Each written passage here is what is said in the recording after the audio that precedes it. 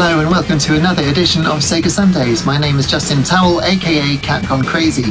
Today we're playing the Sega Mega Drive version of Road Rash. Now, no, this isn't made by Sega. This is one of Electronic Arts' early games.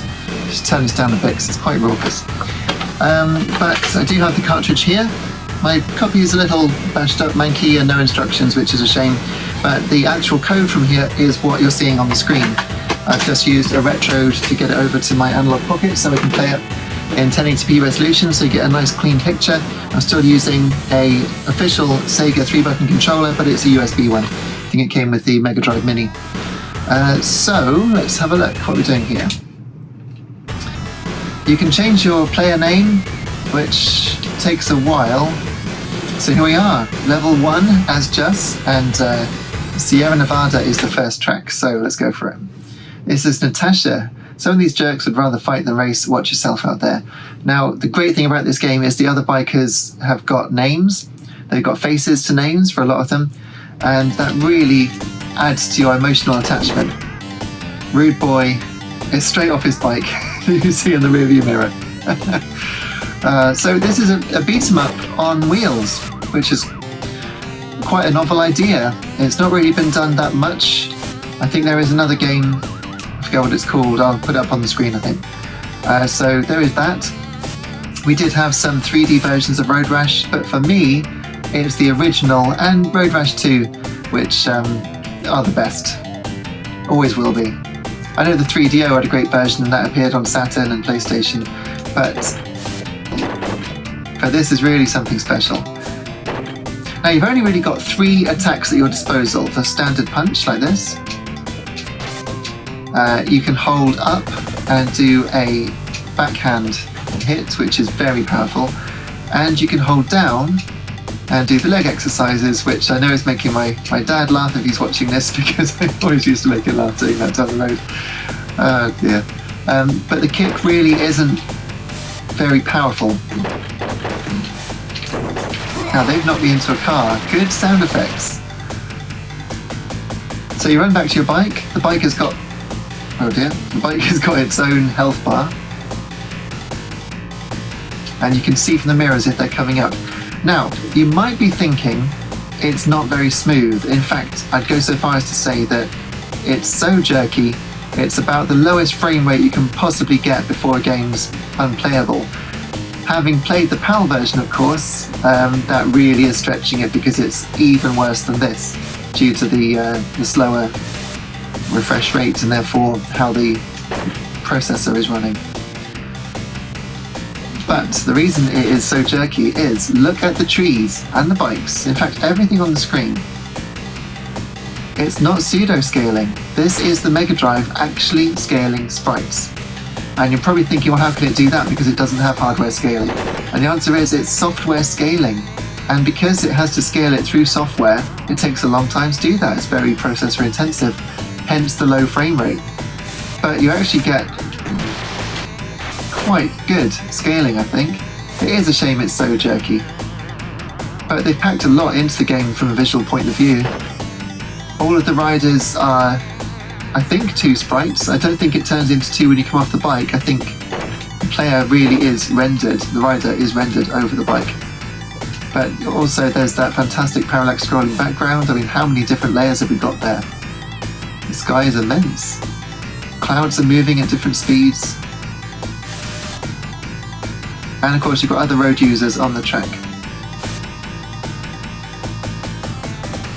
Now I think what I'm going to do is finish this level and do Arizona so we can see that, because I finished this one.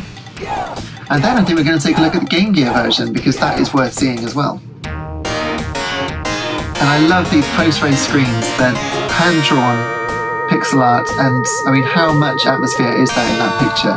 You can imagine the warmth from the fire, they're toasting. It's great. I'm sure they're toasting lemonade because they're riding a bike. Anyway, so at the bottom there you get a password. That was reduced from 4 different sets of characters to 2 for the sequel. The Redwood Forest. I remember sitting with my friends, the same one from the Virtua Racing video, and we we'd say let's go to the Redwood Forest because that's going to have the best 3D graphics because it looks like there's so many trees, but they all basically look the same. So there's Palm Desert and Sierra Nevada. So let's go to the Palm Desert. There we go, just level 1. Okay. Viper's got a club. If he swings at you, grab it. Okay, so I am going to try and find Viper and get that club. Did the backhand at the start. Rude Boy straight off his bike. When Sega Power reviewed, or at least previewed Road Rash 2, they said Rude Boy is still the pushover he always was. Brackets SIC.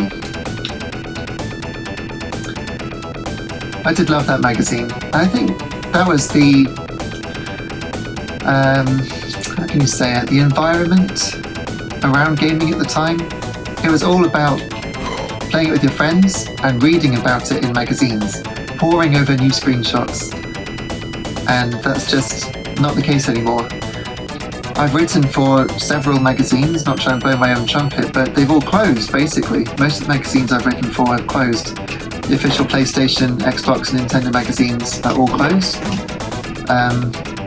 Games Master magazine, the incredible N-Gamer, the unofficial Nintendo one that Future had.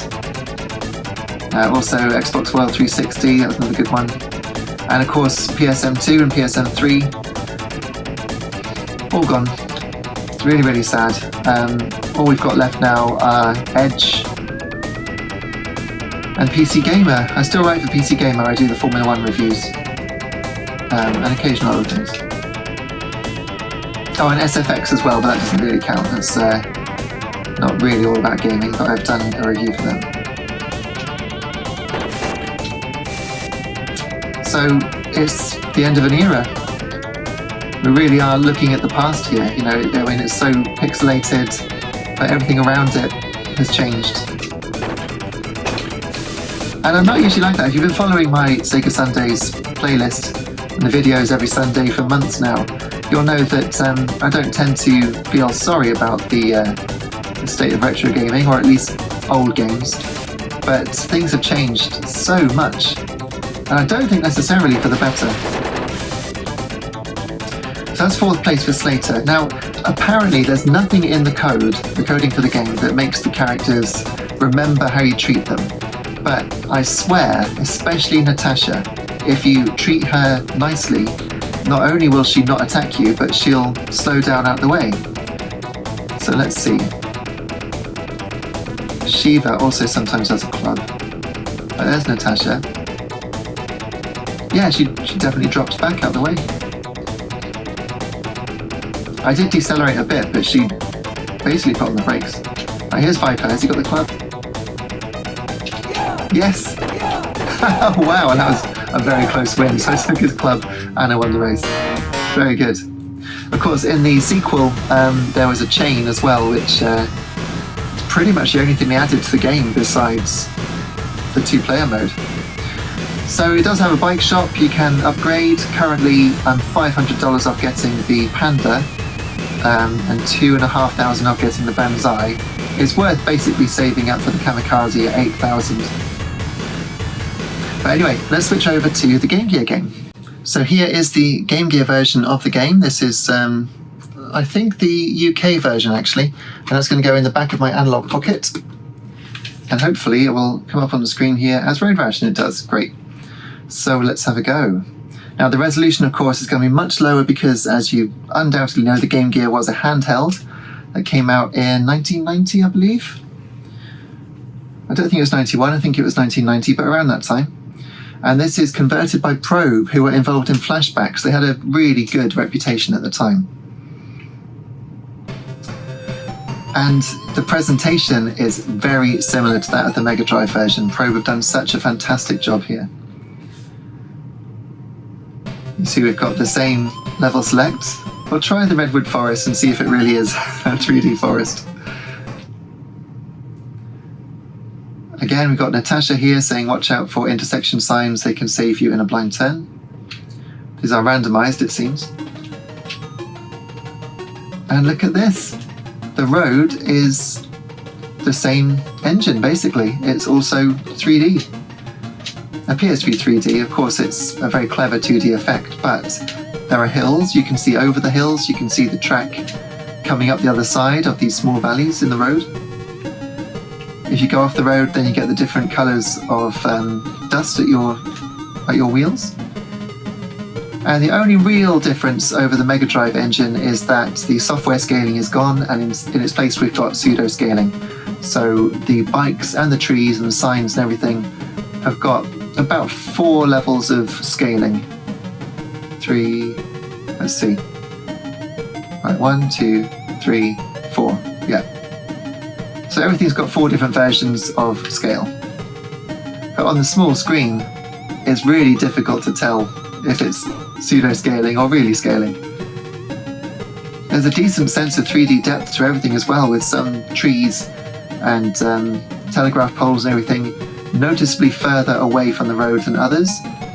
And they're definitely being rendered in 3D space, at least calculated in 3D space. It's very, very cleverly done. And it runs so smoothly because, of course, although this is the Analogue Pocket, it's using FPGA and running at the exact spec and speed of a real Game Gear. You've even got the other cars on the road, look. They're a little smaller than the Mega Drive ones, not quite as wide. And the game might look a little sluggish, but by the time you get up to level 5, actually it really flies along. Wow, cars coming across the intersections as well. And the jumps, so basically everything is in here. They didn't convert Road Rash 2 to the 8-bit systems, which is understandable because all Road Rash 2 really added, of course, as you say, with the split screen and the chain, and they could have added the chain to this, no problem, but the split screen, you know, without the split screen, what else is there to make it look different? So I can see why they didn't bother. And I don't remember this selling very well. I don't remember anyone I know talking about it and saying how great it was, but in Sega Power Magazine, they couldn't believe how good it was. I did have the Master System version for a while, but I think I took it back to the shop. I wasn't convinced it was a real cover. I think it was a forgery cover. Anyway, we forgot to really talk about the music on the Mega Drive version, which is known for sounding absolutely crazy and unlike any other Mega Drive game. The sort of banshee howls of the strange synthesized music. And the Game Gear here just sounding like a Game Gear. Absolutely charming, I love it.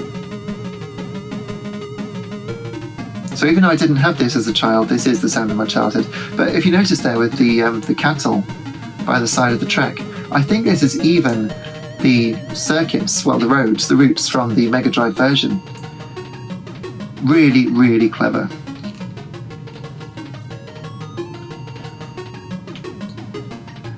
And just having a look at the background, do we have any? We do. We've got layers of parallax, which is unreal for an 8-bit game. The clouds there are in front of the background layer. Just phenomenal. I mean, literally 10 out of 10 stuff. This is superb. It's such a shame that by today's standards it looks so ropey because it's so old. What the developers did with this is truly phenomenal. So, as we pass 5.5 miles, this should be the end coming up. It's even got the patches, there we are. The patches of oil on the road. It doesn't have the vocal thing going, yeah, yeah, yeah. But apart from that, pretty much everything's there. The bike shop's there, the post-race screens, the hand-drawn pixel art. You have to blur your eyes now to squint a bit and you might just make out that that kind of says bar.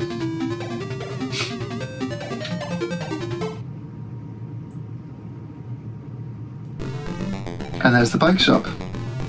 Wonderful. It's just so, so good. So I think we're going to leave it there for that one. That is Road Rash on Mega Drive and also on Game Gear, so 16-bit and 8-bit. Let me know what you think in the comments. If you played any of these as a kid or would like to get into them now, let me know what you think. And check out the rest of the Sega Sundays playlist. There's more Sega Sundays video action every Sunday from 8 AM UK time. So hope to see you again next week. See you soon. Take care. Cheers.